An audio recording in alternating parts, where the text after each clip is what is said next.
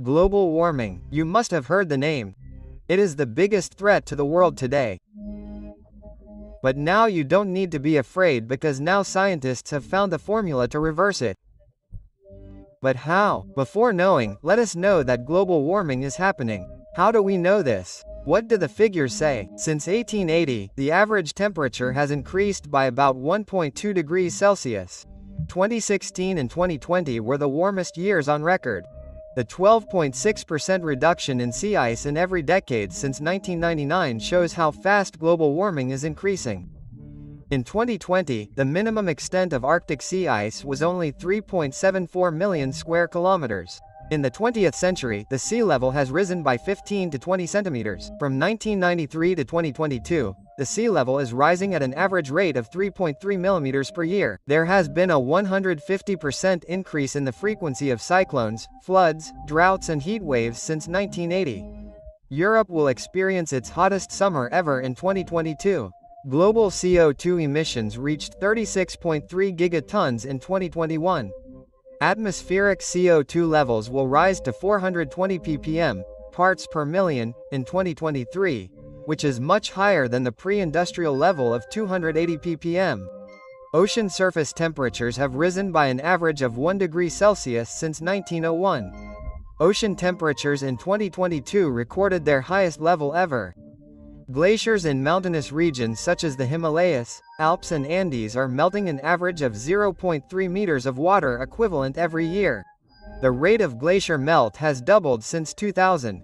More than 200 species are becoming extinct every day due to global warming and environmental pressure. About 50% of coral reefs have been destroyed in the last 30 years. In 2021, California faced the biggest forest fire in its history, in which more than 4 million acres of land was burnt. The Amazon rainforest has seen a 30% increase in forest fire incidents. Friends, the data captured by NASA shows how the ice of the North Pole is melting rapidly in the last 40 years. Now salty water is going to be sprinkled on this icy pole. By the way, other countries throw salty water on their roads to prevent snow from falling. Now how are scientists going to refreeze the ice with the same thing that melts the ice? Now the question arises, what difference does it make to us what is happening in the Arctic located in any corner of the world?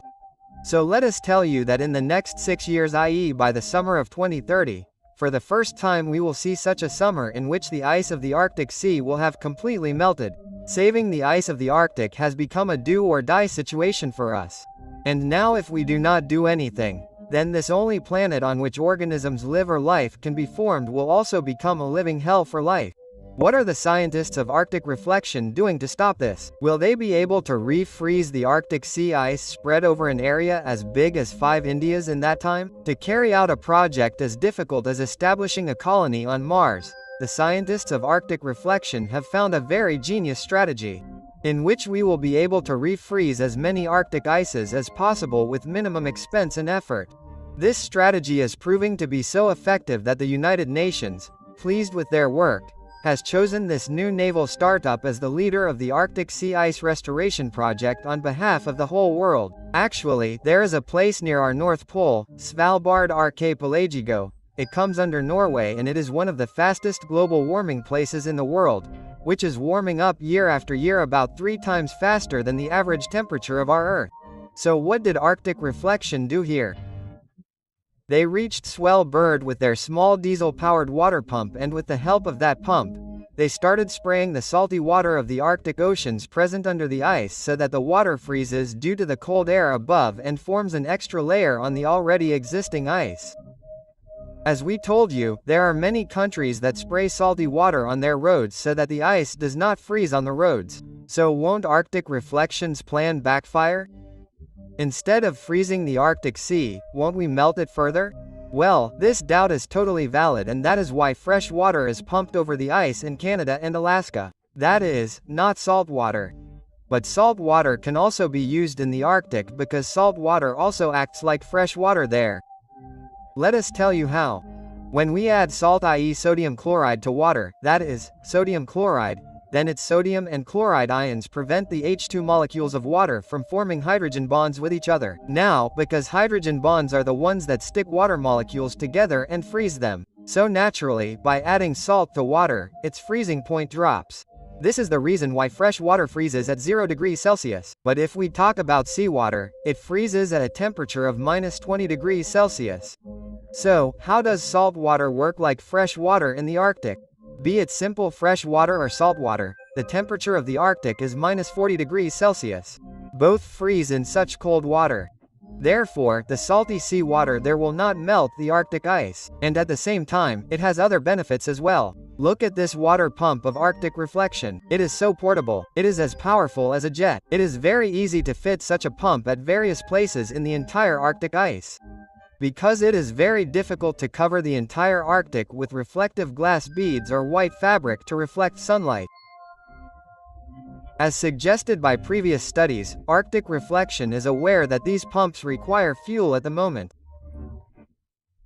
While emitting carbon dioxide paradoxically contributes to ice melting, and hence after initial trials, they are going to install wind farms on the North Pole so that those pumps can be run with the help of green energy.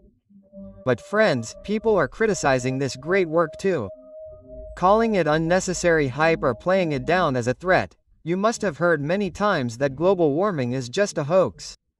Our Earth also naturally goes through ice ages and hot phases every few thousand years. We, that is, humans, have no contribution in disturbing natural cycles. So what is the truth behind these things? What does science say? First of all, we have to think, where do these things come to our mind from? In the year 1850, when we first started recording global temperature data, the average global temperature of the Earth used to be 13.73 degrees Celsius.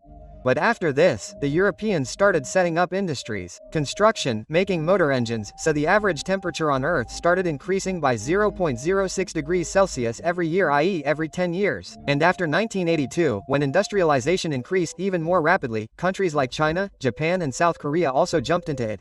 Now the average global temperature has started increasing by 0.02 degrees Celsius every 10 years, i.e. 3 times faster. Now there are two deceptions here, the first of which is that today's current global average temperature is 15.08 degrees Celsius. So many people feel that the Earth is overall quite cool. And secondly, from 1850 till now, the temperature has risen by only 1.35 degrees Celsius. Which does not sound like a big jump. But here people exactly ignore the seriousness of the situation and call global warming a hype or a hoax. They don't understand that when we say that the average global temperature is the average temperature of everything from the cold of the poles to the heat of the equator. So if this average increases by just 1 degree, it means that the temperature on the warm side is increasing by a considerable margin. Plus our Earth is a complicated ecosystem in which many complex systems are existing. Just like our body, and for all of them to work in harmony, it is necessary to have a proper balance of temperature. Exactly the same happens in the case of the Earth. If the global average temperature rises even by just 1 degree, it creates an unhealthy ecosystem which triggers a cascade of events, due to which the temperature starts rising even faster. This process will continue until all the ice melts. And there should not be a catastrophe. And how does this happen? So understand these facts carefully. You guess. You sleep in a quilt with your head outside, under the open sky. Will you feel cold or not? Whereas 90% of your body is covered. You can get sick just by keeping your head outside.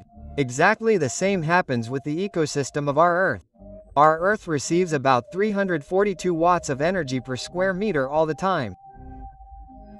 But the white clouds, white snow, and other reflective sources reflect back about 107 watts of energy per meter. That is why our global average remains quite stable for years. Now the problem here is that all the greenhouse gases together absorb a total of 2.6 units of solar energy extra. And this is technically only 1.1% more energy absorption. But if the energy absorption increases by even 1%, then the total energy absorption increases by 3%. Because when global warming increases, it doesn't just melt the poles. It triggers a whole chain reaction that affects every living being on this Earth.